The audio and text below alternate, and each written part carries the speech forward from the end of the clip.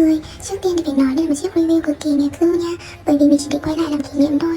Nhưng mà khi chiếc review của mình thì năm ngoái được mọi người khá là quan tâm, thì mình đã quyết định sẽ share cho mọi người những quán ăn mà mình hay ăn và thấy ngon. Trong review ngày hôm nay thì mình sẽ giới thiệu đến cho mọi người một quán steak mà hai đứa mình cực kỳ yêu thích, và sau khi ăn ở đây rồi thì mỗi lần thèm chúng mình chỉ đến đây để ăn thôi.